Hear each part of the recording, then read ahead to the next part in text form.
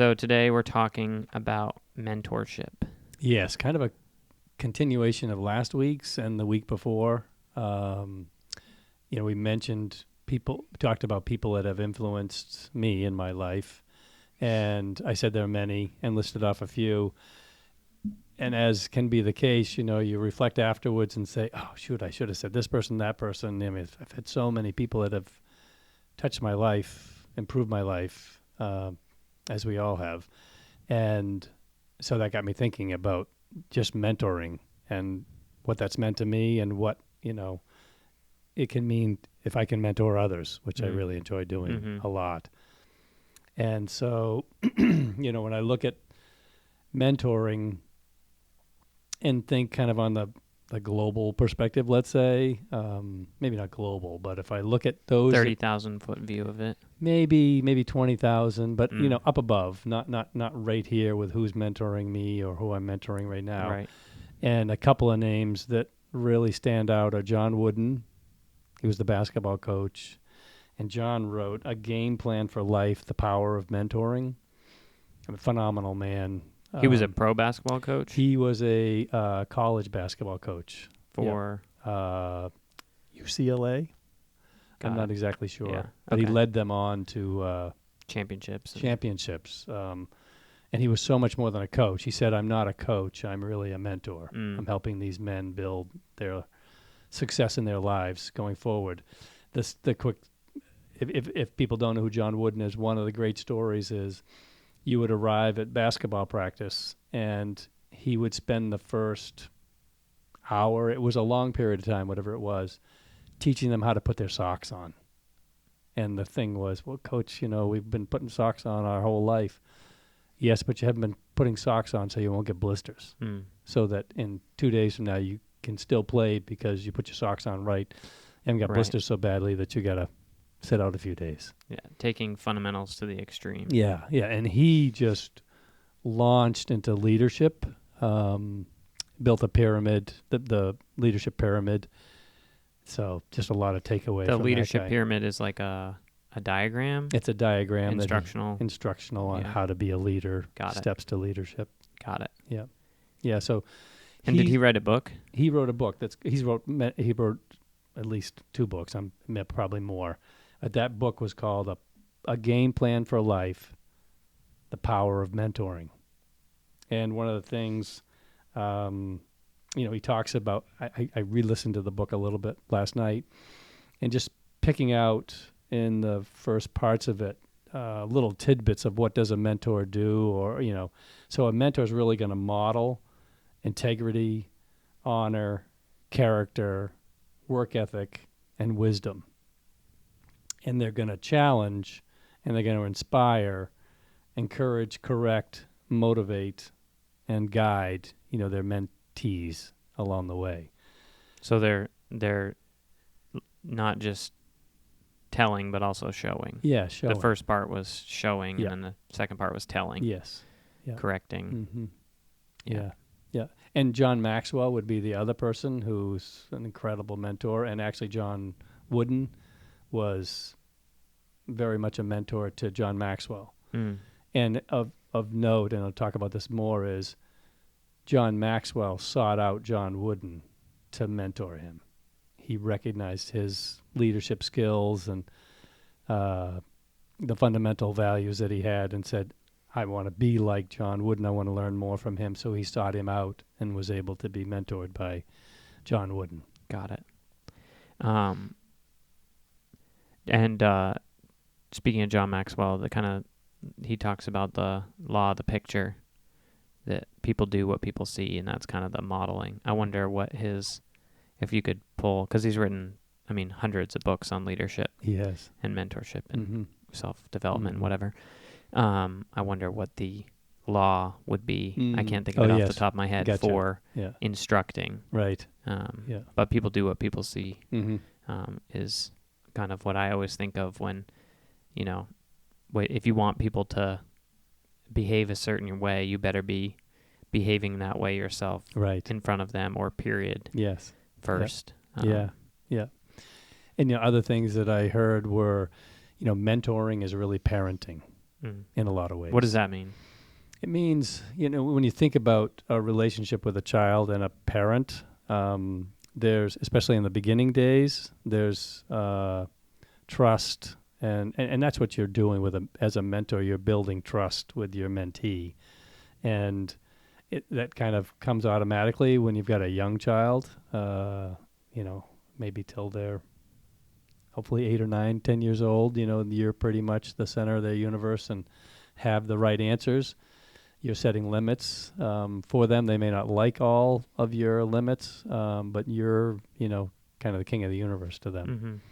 And so, that's a lot of what you're doing as a mentor, is you're parenting people in the right. And, when you think about being a parent, so if you're a good parent, you're direct, you're loving, you're caring, you're a good listener, you're empathetic. So those things all relate well to what a mentor does. I wonder I'm sure there's a connection between leadership and parenting. Good leaders make good parents make good leaders.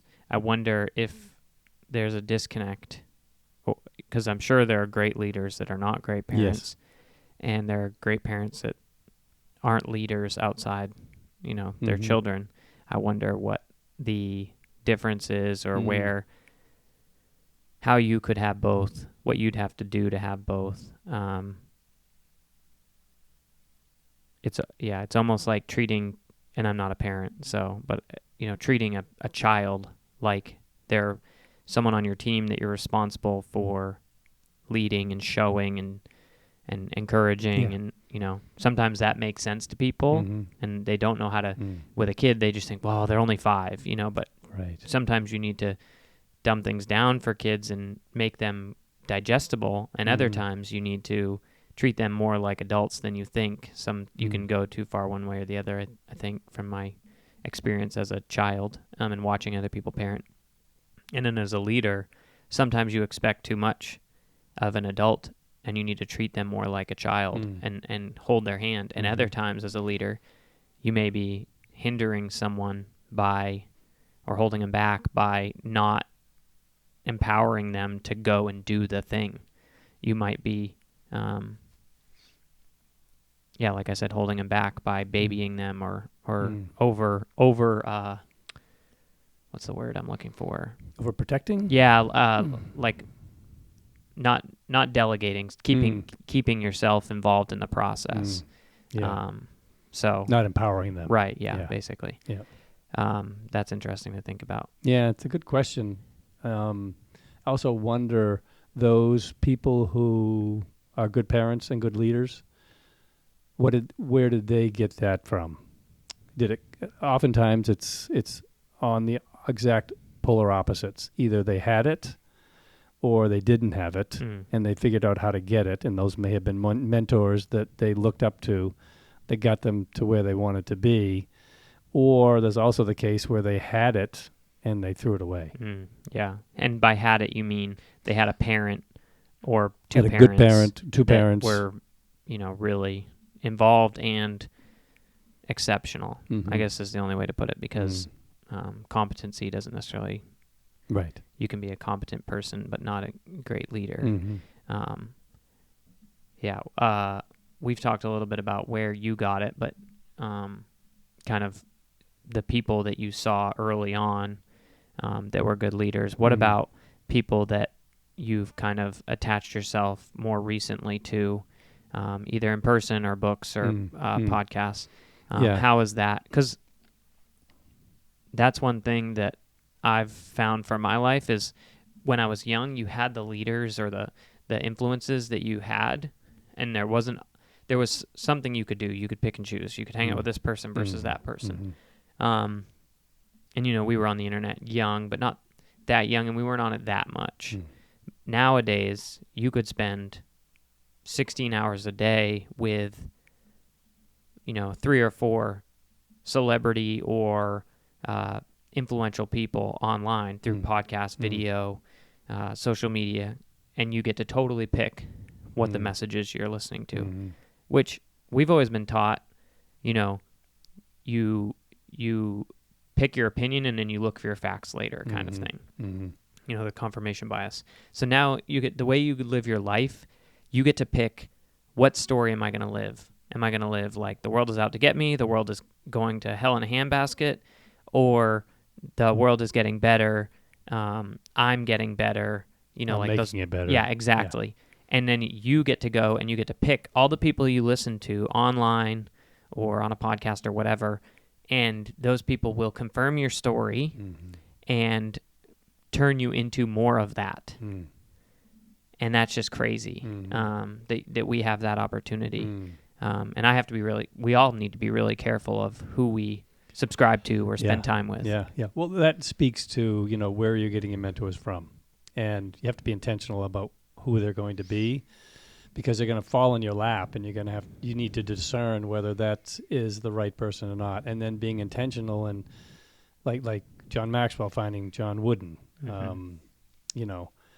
I can remember when I was younger in my career, and Buzz Fitzgerald, who was the president of Bath Iron Works at the time, family friend, neighbor, lived in the community. And my father, your grandfather, always had a lot of respect for Buzz Fitzgerald.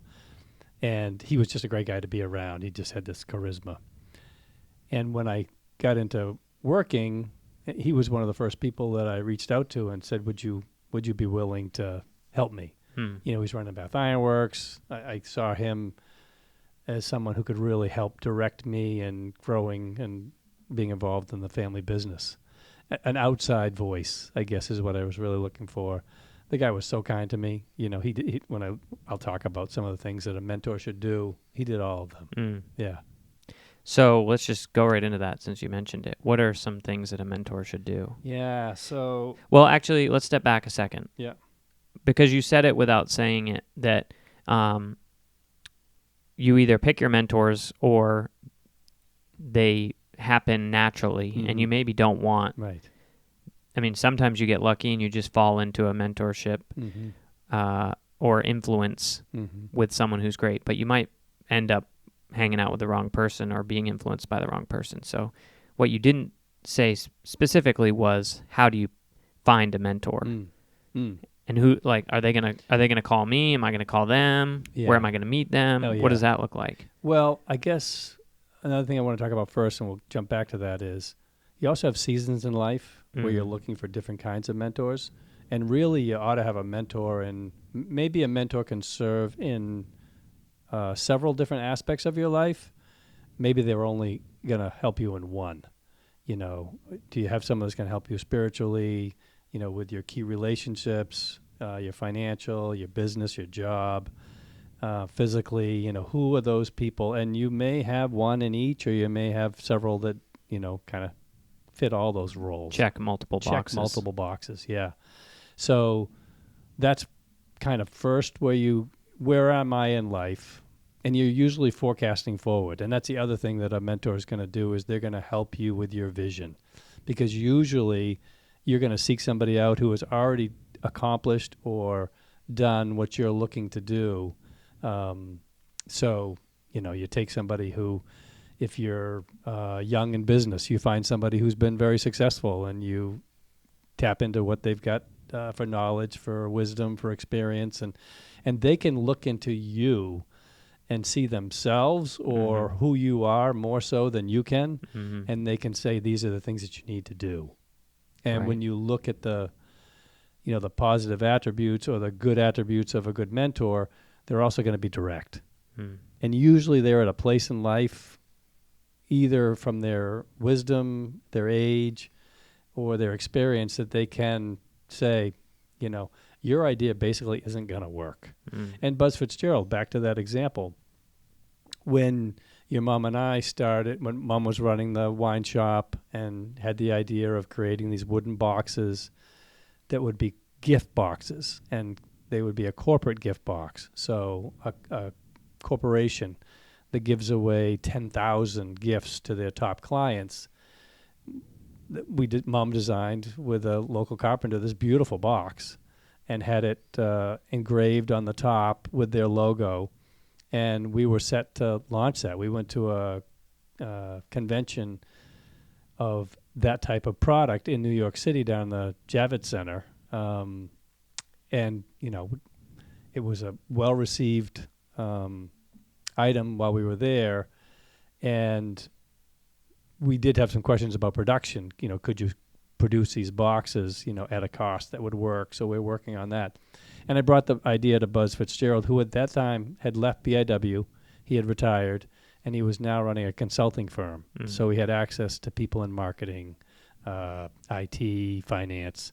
And he had me connect with his marketing guy, Peter Trost, and I ran the idea by Peter. And Peter got back to Buzz and said, tell Rick not to quit his day job. Mm.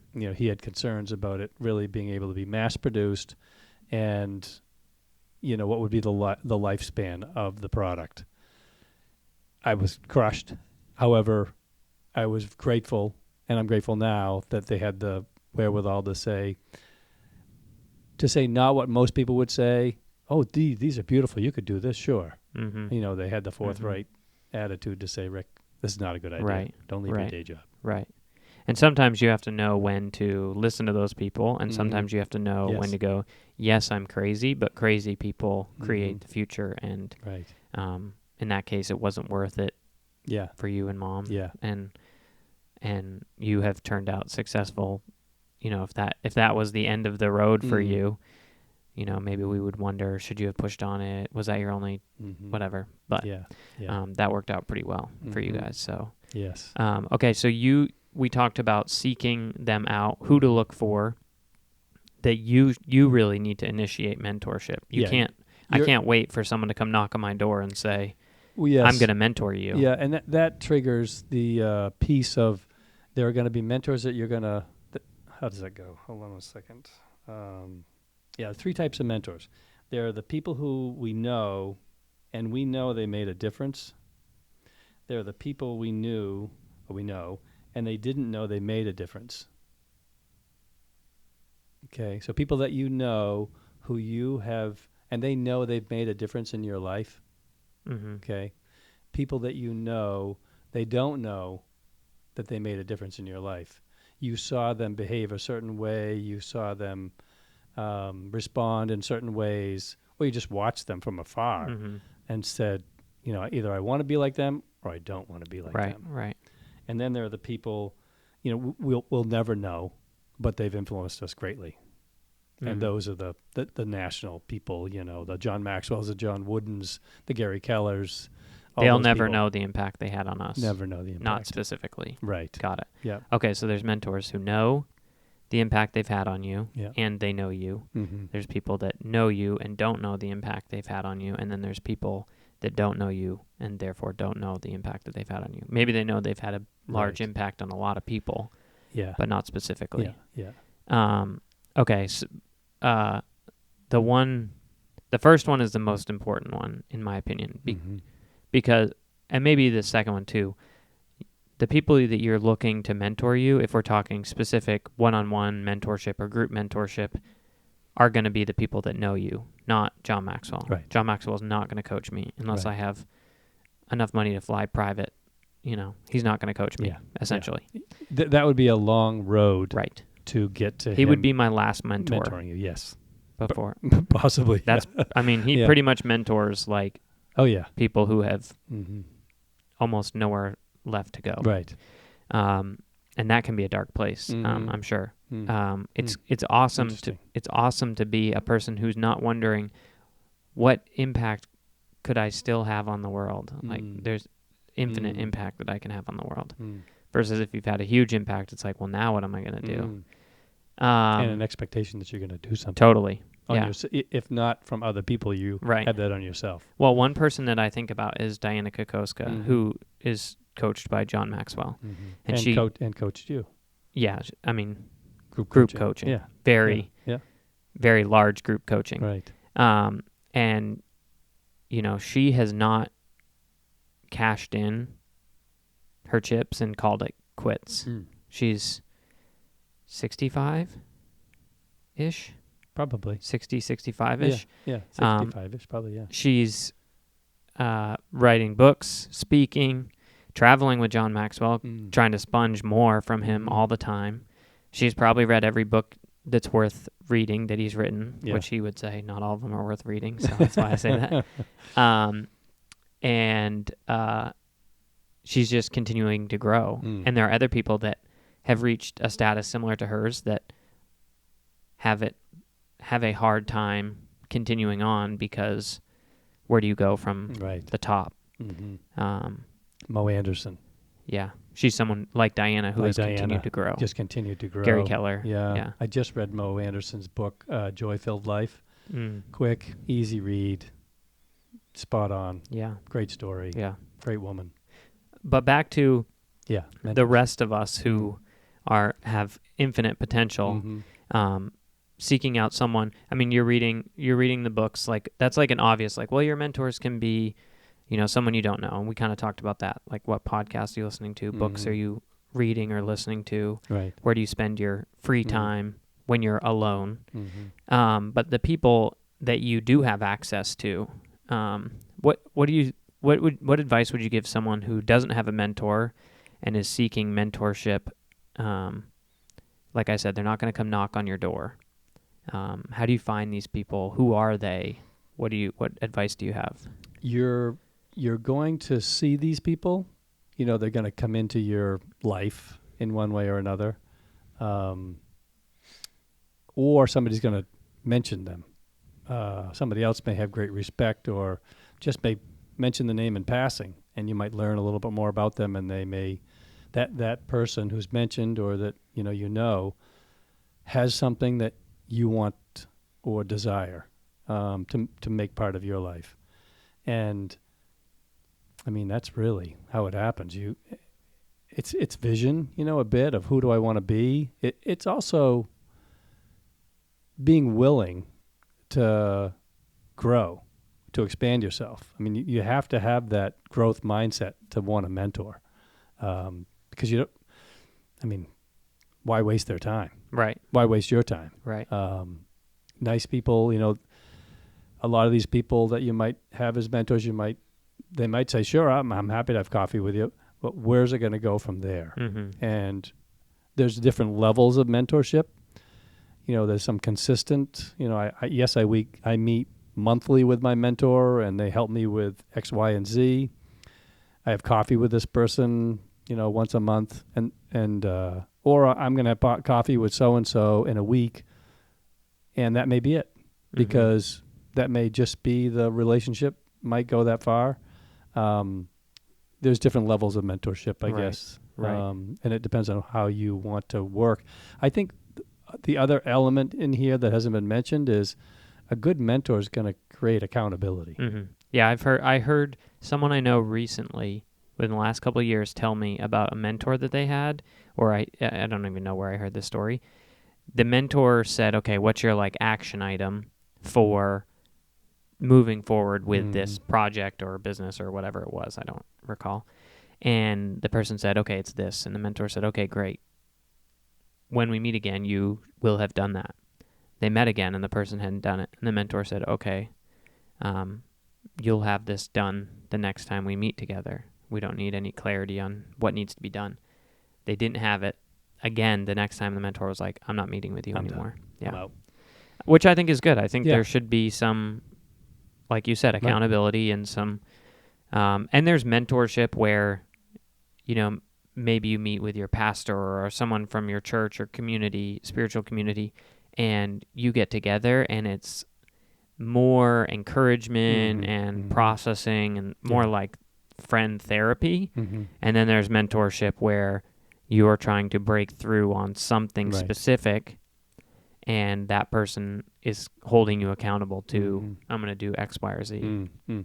There's also something to be said for sometimes mentor relationships are not long-term. Right. Like There's you said, specific seasonally. time frame. Yeah, somewhat seasonally, or it might even be, would you be willing to meet with me for the next 3 months? Yeah. While I try and accomplish X, Y, or Z. Exactly right. Yeah. Yep. To get this done. Because there are different levels of mentorship, like you just said. There are people you're looking for specific results from. There are people you're looking to emulate, to be like, and how do I be more like you while you spend time with them? Right. I think too, you could spend time with, let's say you're on John Wooden's basketball team. Mm-hmm. You could spend time with John Wooden. You could spend time with someone John Wooden knows that recommends who's even higher than him. And maybe you get to bump into them twice a year, and that's like you're just sponging the whole time, just trying to grab something. And then you could go down from John, and you could hang out with his assistant coach. And maybe you get even more time with him than you do John. Right. And that person has a huge impact on you because of the amount of time you spend together. And then down from him is the captain of the team. And then down from that is your teammate who's a little better than you, and you spend the most time with them. There's also mentor, like we've talked about before, mentoring up and mentoring down. So if I'm hanging out with someone who's 5 years ahead of me and, has all the answers for what I should be doing here or there, or at least listens to my problems and tries to help me, am I spending time with someone 5 years younger than me and helping them? Right. Because, I was freshly graduated from college 10 years ago and looking for someone to show me which way was up. And now I'm, looking for someone who's 20 years out of college and has it all figured out to help me get from here to there. Right. And I don't know a good way to call it or name it, but it's almost like the dues you pay to be a part of an organization, the dues you pay for mentorship are mentoring. And I don't know how that works out universally. I guarantee you're going to get as much from me sitting here talking to you as I am talking to a 16-year-old or a 22-year-old and being like, man, this is what you got to do. Right. Like, or listening to them and going, oh, I remember being there. Oh, yeah. Wow, I learned this. Or you can learn stuff from people younger than you. Well, and when I think about the seasons of mentoring or being mentored, sorry, I think about when you and your brothers and sisters were between 1 and 15, 16 years old, maybe 12. Adolescence, I guess. Well, but before that, from your infancy through being a toddler to adolescence, through that phase, that was the most clarifying and demanding time on me to be a good parent, mentor. And I had the four of you to teach, train, and I could see the impact, all the time. And that's all, when I look at where my life was at then, that's all that was the most important thing to me, was how I was, what kind of example was I being for you? And it was everything, it was, what was I saying? How was I saying it? What was I listening to? What was I eating? How was I acting? How was I sleeping? How did I treat your mom? How did I treat other people? I mean, everything was under a microscope. I mean, and it was great. I loved it because it really helped me better define who I was and who I wanted to be and who I wanted to help encourage you guys to be. Now I look at it, and in the season that I'm in life, you guys are my mentors. You're introducing me to new things and showing me new ways, and right. That's just a great gift to be able to share that and exchange that. Right. Yeah. Well, I was thinking as I was finishing that last thought about you should be looking down and helping, but also you're going to learn a ton from those people. And then you said that, we're your mentors now. We expose you to new things and check this podcast out or this tool or whatever it is. What I'm going to get from a 16 to 22-year-old is the belief in potential, like the hope for potential, hope for great outcomes, hope for change, or the college kids that we all drum about, that they don't know how the world works and blah blah blah. At the same time, those people change the world. Maybe they won't change the world in the way that they think, or that certain things that have been tried before but don't work. Yes, of course, we go through that every year, or every generation cycle or whatever.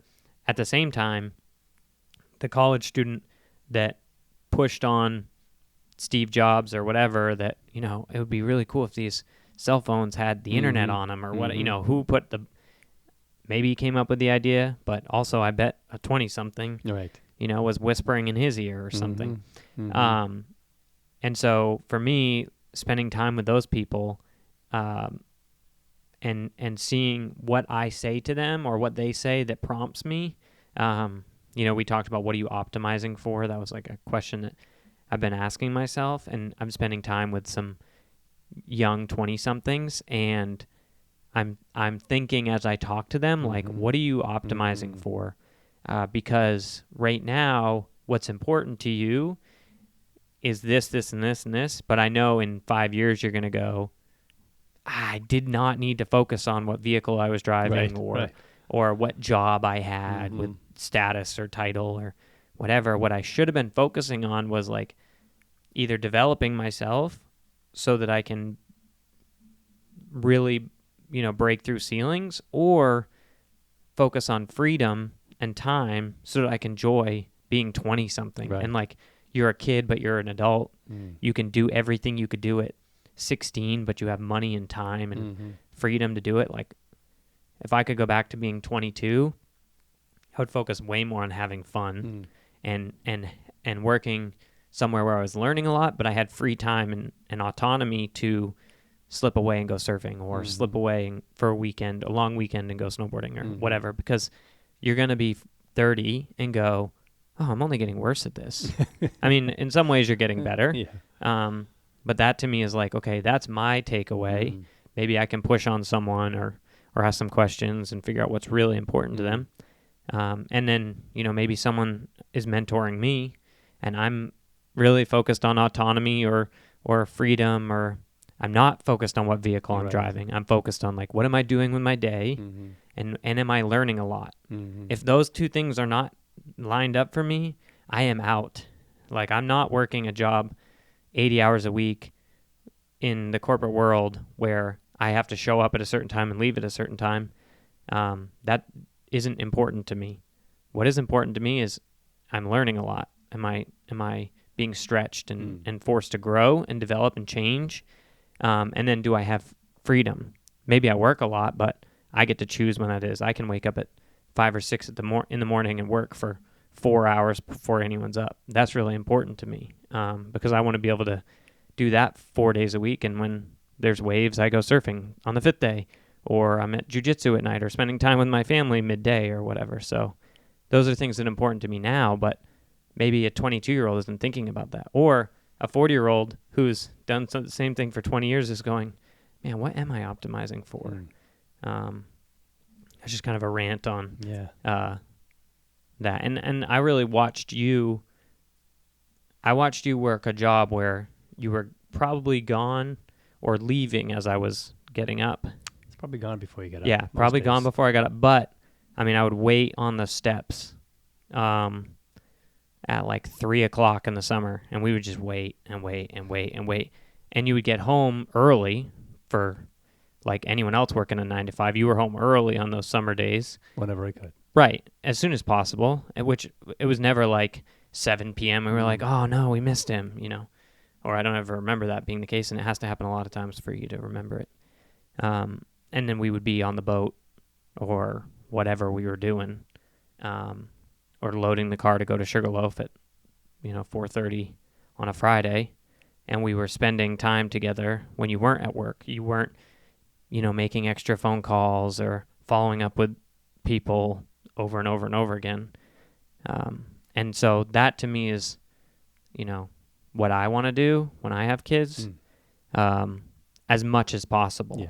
I mean, there's diminishing return where you spend your entire time with your family and you haven't provided for or accomplished anything. Right. And then the other side of the spectrum where you've accomplished everything, provided every opportunity for them except for them spending time with you, which is, from a child's perspective, desire number one.